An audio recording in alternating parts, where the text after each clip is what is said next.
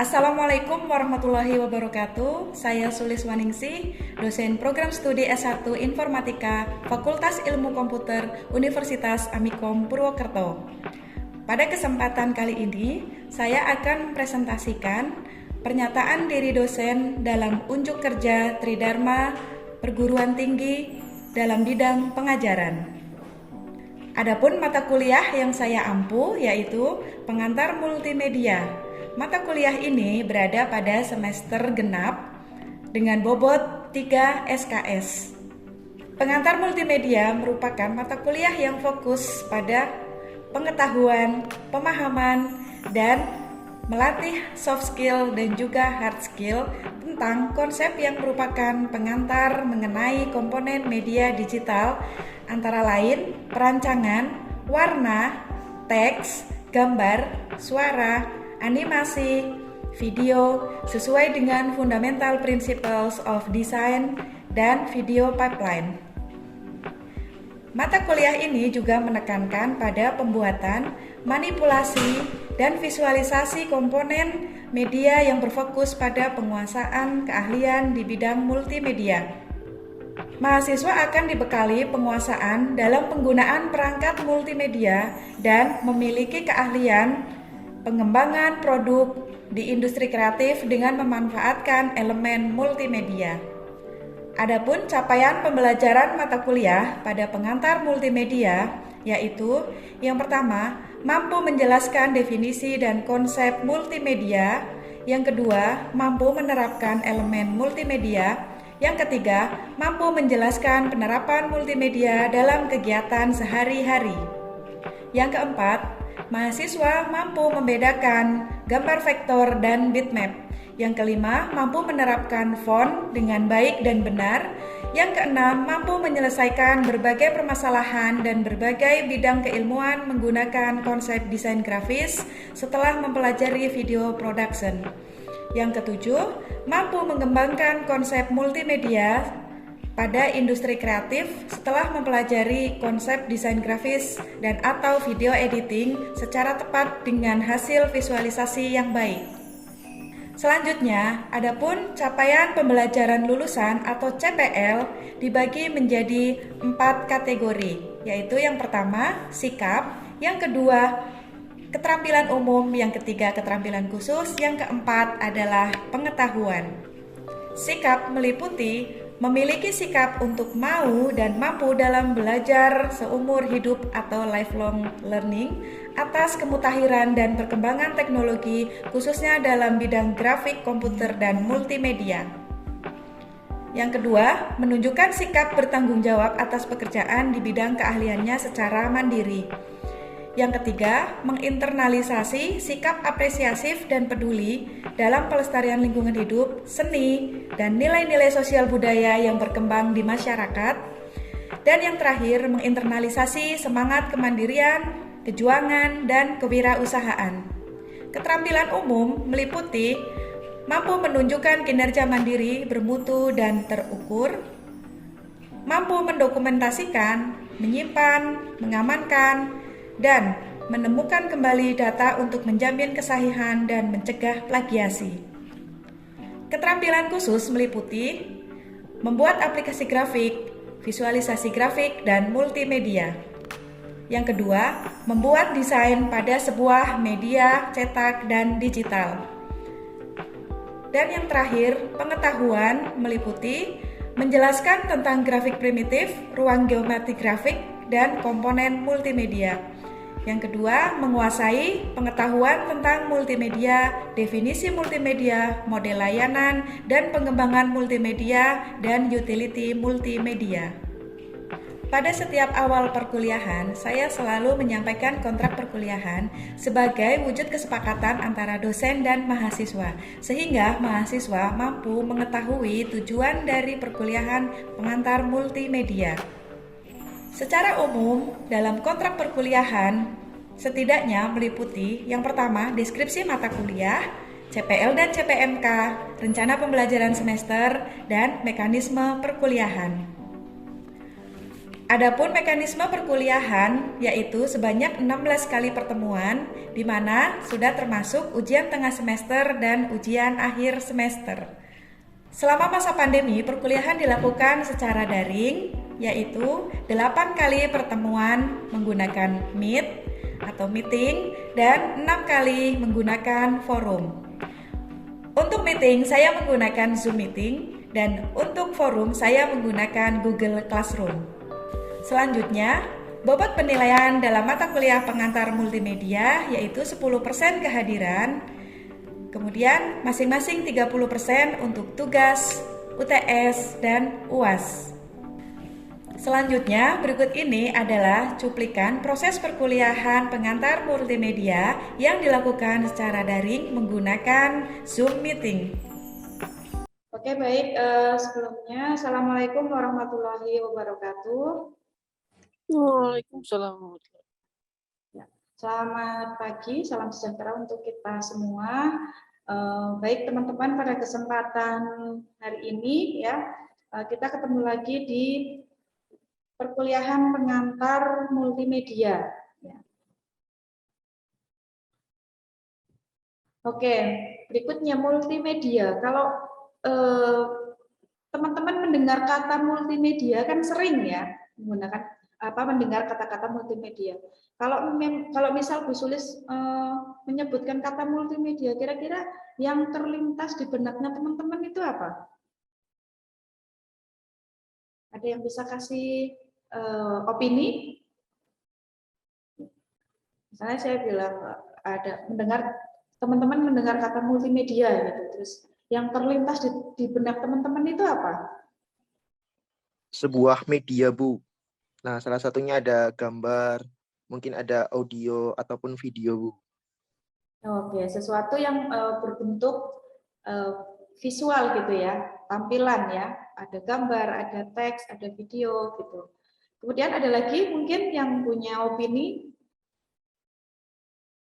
apa misalnya multimedia, tiba-tiba yang terlintas film kah atau animasi atau yang lainnya gitu. Atau mungkin tiba-tiba terlintas poster gitu ya, atau yang lain sebagainya. Nah, multimedia sendiri ini terdiri dari, sebentar, untuk layar saya terhalang tidak di tampilan teman-teman? Aman, Bu. Aman ya, oke. Nah, multimedia ini terdiri dari dua kata ya, yaitu multi dan media. Multi itu artinya kan banyak ya atau bermacam-macam. Kemudian media ini diartikan sebagai alat ya.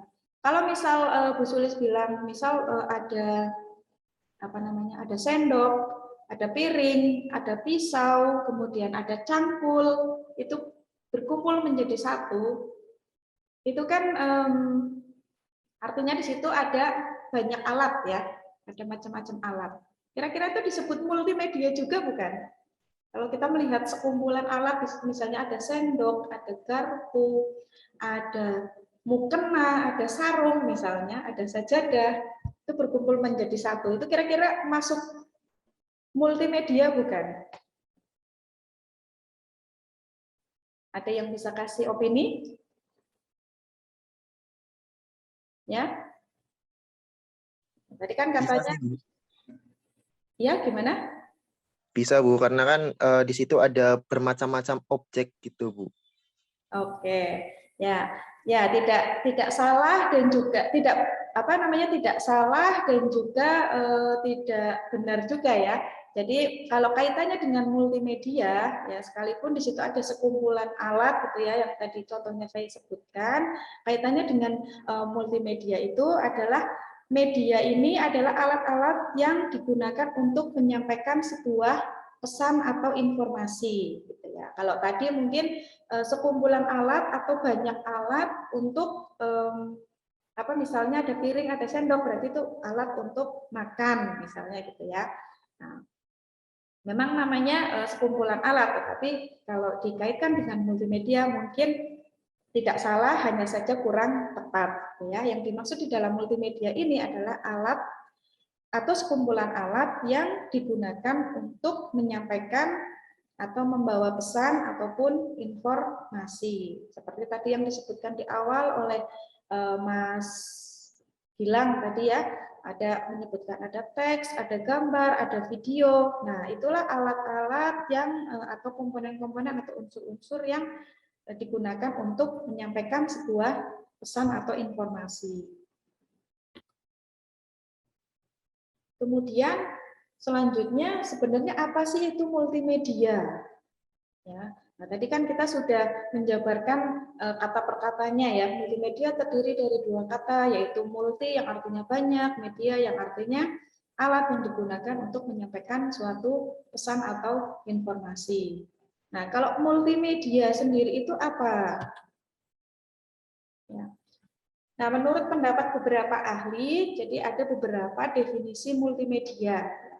Yang pertama, misal menurut Turban dan kawan-kawan, mendefinisikan bahwa multimedia adalah kombinasi dari paling sedikit dua media input dan output.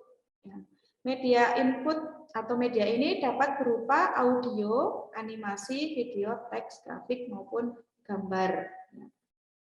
Ataupun kombinasinya dari paling tidak sedikitnya dua tadi ya, misalnya audio dengan teks saja itu juga sudah bisa dikategorikan sebagai multimedia, atau misalnya video dan gambar saja itu juga sudah masuk ke dalam atau memenuhi sebuah aspek multimedia.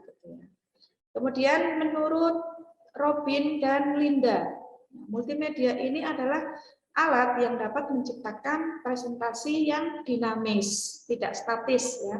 Jadi presentasinya lebih hidup gitu ya. Dan interaktif. Ya, artinya sifatnya dia interaktif, di situ ada interaksi ya antara piranti dengan pengguna ya. Kemudian yang mengkombinasikan teks, grafik, animasi, audio dan video. Jadi tetap ya di sini ada kombinasi dari unsur-unsur pembentuk suatu multimedia. Ya, ada teks, grafik, animasi, audio dan video. Kemudian menurut Steinmetz, multimedia ini adalah gabungan dari seminimalnya sebuah media diskrit ya atau tidak saling terhubung dan sebuah media kontinu. Nah, media diskrit ini maksudnya adalah sebuah media di mana validitas datanya tidak tergantung dari kondisi waktu, termasuk di dalamnya contohnya ada teks dan juga grafik. Kemudian yang dimaksud dengan media kontinu ini adalah sebuah media di mana validitas datanya tergantung dari kondisi waktu, misalnya suara dan video, gitu. Jadi ada timeline-nya, gitu ya. Nah itu definisi multimedia dari pendapat beberapa ahli. Ya. Jadi intinya kalau kita simpulkan ya, bisa kita simpulkan bahwa multimedia itu merupakan kombinasi ya dari paling tidak dua atau lebih unsur atau media ya yang digunakan untuk menyampaikan suatu pesan ataupun informasi tertentu.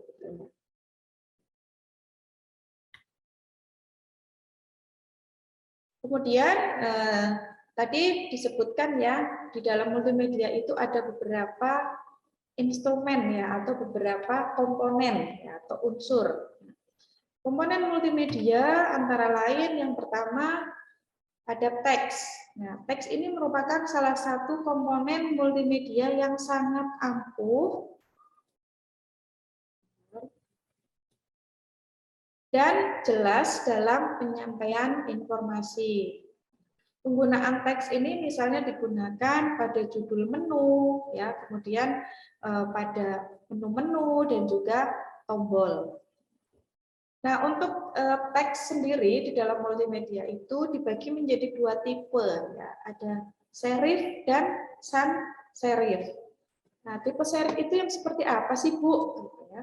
Nah, tipe font serif ini biasanya ciri-cirinya itu memiliki dekorasi kecil pada setiap akhir hurufnya, ya, pada akhir setiap huruf. Contoh yang masuk ke dalam kategori serif atau font serif ini, contohnya ada Times New Roman, Garamond, Georgia, ya, dan lain sebagainya. Jadi di setiap akhir hurufnya itu biasanya ada dekorasi kecil, ya, entah lengkungan atau kayak ada ekornya gitu, ya. Nah, kalau sans serif ini adalah tipe atau yang sering digunakan pada tampilan komputer. Contoh dari font sans serif itu ada Arial, Helvetica, kemudian Futura, Centauri Gothic, dan lain sebagainya. Nanti teman-teman bisa cek ya di pengolah kata ya, misalnya di Microsoft Word-nya. Nah, nanti teman-teman bisa bedakan. Misalnya tampilkan dua huruf dengan Times New Roman dengan Centauri Gothic misalnya. Oh, ini ternyata ini yang dimaksud dengan tipe serif dan ini yang dimaksud dengan tipe sans serif, itu perbedaannya, gitu ya. Kemudian komponen multimedia yang kedua yaitu ada suara. Ini merupakan komponen yang paling mengena oleh panca indera manusia. Nah, suara sendiri dapat memberi kesan ya atau kesenangan seperti dalam misalnya ketika kita mendengarkan musik atau dapat memberikan suasana yang dapat merubah mood seseorang. Misal ketika teman-teman mendengar suara Bu Sulis dengan lemah lembut misalnya ya, atau dengan intonasi yang tinggi, ya, itu tentu rasa yang dirasakan oleh teman-teman tentu akan berbeda ya. Misalnya intonasi marah gitu ya, itu akan membuat moodnya kita menjadi tidak baik gitu ya, yang mendengarnya juga tidak senang gitu ya. Ini juga dapat mengubah mood seseorang. Kemudian yang ketiga, gambar ya, komponen multimedia yang ketiga. Gambar ini merupakan komponen multimedia yang dapat menyampaikan informasi lebih menarik. Ya. Jadi kalau hanya teks saja ya atau suara saja ya, dibandingkan dengan informasi yang ada sisipan gambarnya, tentu saja akan lebih menarik yang ada sisipan gambarnya. Ya. Contoh misalnya buku-buku pelajaran anak kelas 1 SD dengan anak kelas 1 SMP misalnya ya, tentu akan dibedakan ya, karena anak-anak itu biasanya kan cenderung akan menyukai buku-buku yang banyak gambarnya misalnya ya, banyak ilustrasi-ilustrasinya seperti itu dibanding dengan anak SMP misalnya. Di SMP itu mungkin materinya jauh lebih banyak menggunakan tampilan teks gitu ya. Mungkin ada gambarnya tapi perbandingannya jelas berbeda dengan anak kelas 1 SD. Nah, gambar sangat berguna untuk menyampaikan informasi yang tidak dapat dijelaskan dengan kata-kata gitu ya. Nah, kadang kan kita membuat anak-anak apalagi usia PAUD, usia kelas 1 itu kan kalau kita terlalu pure menggunakan teks saja atau menggunakan kata-kata saja, mereka mungkin tidak akan ngerti ya. Tapi kalau diilustrasikan dengan sebuah gambar, mereka akan jauh lebih mudah menyerap informasi atau pesan yang kita sampaikan. Kemudian gambar yang dihasilkan oleh komputer terbagi menjadi dua, yaitu ada bitmap dan vektor.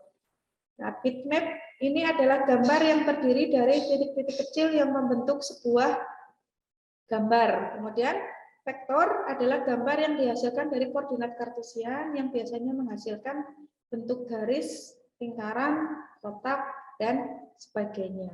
Ya, jadi kalau vektor itu gambar itu dihasilkan dari sebuah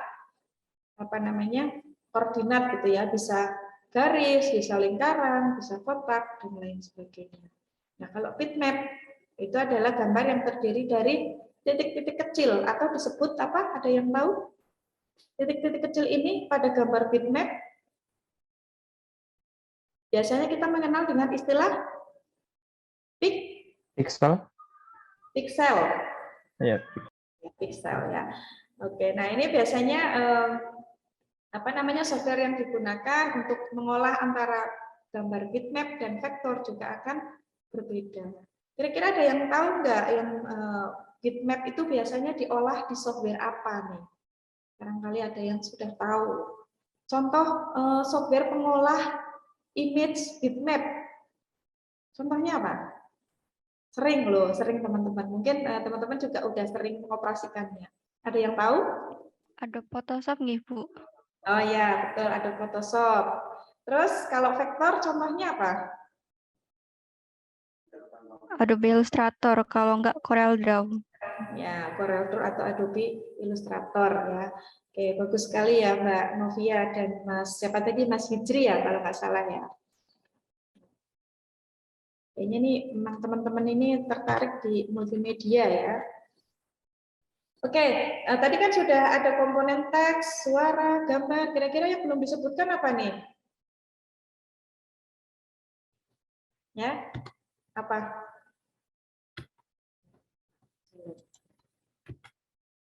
Nah, Video ya, Mbak? ya, yang berikutnya ada video dan animasi. Betul sekali, Mas Fijri. Nah, animasi ini merupakan komponen multimedia yang dapat membuat suatu gambar atau tulisan terlihat lebih hidup dengan menampilkan potongan-potongan gambar yang berganti-ganti secara cepat. Kemudian, selain itu, animasi juga dapat membuat slide presentasi menjadi lebih menarik. Kemudian contoh animasi misalnya seperti twinning, fade in, fade out, zoom in, zoom out, dan lain sebagainya. Nah, kalau tidak usah berbicara mengenai pengolah animasi khusus gitu ya. Ketika teman-teman membuat presentasi di PowerPoint pun, teman-teman sudah disediakan fitur untuk menganimasikan teks ya, atau menganimasikan gambar ya. Walaupun mungkin animasinya masih sederhana gitu ya, masih untuk mengatur transisi antar slide-nya ya, atau untuk menampilkan isi dari presentasinya itu bisa digunakan animasi-animasi yang tersedia di PowerPoint ya. Atau mungkin teman-teman bisa juga menggunakan apa contohnya? Di Adobe Premiere juga bisa ya dianimasikan. Nanti untuk modelingnya bisa di 3D Max ya untuk 3 dimensi, kemudian di 2 dimensi misalnya modelingnya teman-teman bisa buat di CorelDRAW atau di Adobe Illustrator. Kemudian yang berikutnya komponen multimedia video. Ini merupakan komponen yang paling menarik dalam multimedia. Dan video juga memiliki kekuatan untuk membawa pengguna atau audiens lebih dekat dengan kehidupan nyata. Misalnya, ketika teman-teman memainkan sebuah game, misalnya antara game Mario Bros yang zaman dulu misalnya ya, dibandingkan ketika teman-teman memainkan game misalnya Mobile Legends gitu ya. Nah, Mobile Legends itu kan tampilan visualnya sudah jauh lebih menarik ya, artinya sudah lebih mendekati ke kehidupan nyata. Jadi perasaan yang dihasilkan ketika memainkan antara game Mario Bros dengan Mobile Legends tentu akan berbeda gitu ya. Karena Mobile Legends ini tampilan visualnya lebih mendekati dengan yang kehidupan nyata, walaupun tampilannya mungkin dalam bentuk 3D gitu ya. Ya lihat misalnya lihat ini aja personilnya Blackpink gitu kan, ada ya yang di Mobile Legends gitu ya. Tampilannya walaupun mereka bukan manusia, tetapi tampilannya sangat mendekati dengan wujud aslinya ya, wujud asli manusianya. Seperti itu nih. Makanya video itu diklaim sebagai komponen atau media yang paling menarik di dalam multimedia. Nah, dengan menambahkan komponen video di dalam sebuah proyek, maka dapat menyampaikan pesan dan informasi serta bisa memperkuat cerita dan lebih mengikat ya, mengikat chemistry dan juga bisa membawa audiens lebih dekat gitu ya, seperti memainkan di kehidupan nyatanya. Kemudian selain itu, orang-orang ketika melihat video juga akan cenderung mampu meningkatkan daya ingatnya jauh lebih kuat gitu ya, karena di situ ada beberapa gabungan komponen, ada gambar, ada teks, animasi, bahkan ya, kemudian audio, grafik, ya, hampir semua komponen multimedia itu ada di dalam sebuah video. Nah, selanjutnya untuk lebih supaya teman-teman bisa lebih memahami ya apa itu multimedia. Di sini ada latihan soal, nanti silahkan dikerjakan ya untuk teman-teman. Ada 3 soal, nah ini dikerjakan secara individu ya. Nanti untuk mekanisme pengumpulannya atau ketentuan pengumpulan tugas, ini untuk tugas ditulis tangan ya, kemudian di-scan dengan format PDF dengan nama file PMT1, kemudian kelasnya, NIM-nya, dan namanya. Tugasnya dikirimkan ke email ya, dengan subjek sama dengan nama filenya. Ya, nama filenya kan ini PMT1 kelas NIM dan nama. Nanti subjek emailnya juga sama ya, karena pengantar multimedia ini kan tidak hanya di kelas A saja, di kelas lain juga ada. Nanti supaya tidak tertukar ya, dan saya mudah mengidentifikasi, oh ini jawaban tugasnya si, misalnya Mas Windu, kemudian oh ini punya Mas Rama dari kelas A dan lain sebagainya. Kemudian untuk pengiriman tugas maksimal malam ini ya pukul 23.59 gitu ya. Kok ditulis tangan sih Bu gitu ya? Karena nah ini tujuannya adalah karena kan masih bersikap deskriptif gitu ya untuk tugasnya gitu. Jadi masih kayak belum membutuhkan mendesain atau apa gitu ya. Kalau desain nanti harus menggunakan softwarenya gitu. Ini kan belum membutuhkan softwarenya. Jadi harus ditulis tangan terlebih dahulu. Nah, supaya teman-teman juga baca gitu ya. Kalau hanya tidak tulis tangan nanti takutnya cuma copy paste ya. Seperti itu. Jadi supaya tidak lupa ya bagaimana atau melatih tulisan tangan kita gitu ya. Oke, sampai di sini untuk tugasnya, untuk materinya, apakah ada pertanyaan atau mungkin ada yang belum dipahami?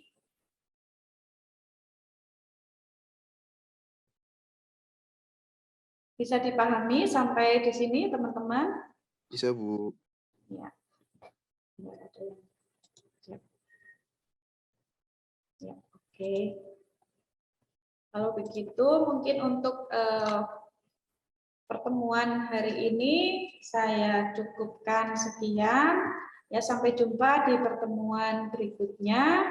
Jadi saya mohon undur diri, saya akhiri. Billahi taufiq wal hidayah. Wassalamualaikum warahmatullahi wabarakatuh. Demikian pernyataan diri dosen dalam unjuk kerja Tridharma Perguruan Tinggi saya. Semoga dapat memberikan gambaran dharma saya dalam bidang pendidikan. Saya Suliswaningsih, mohon undur diri. Terima kasih. Wassalamualaikum warahmatullahi wabarakatuh.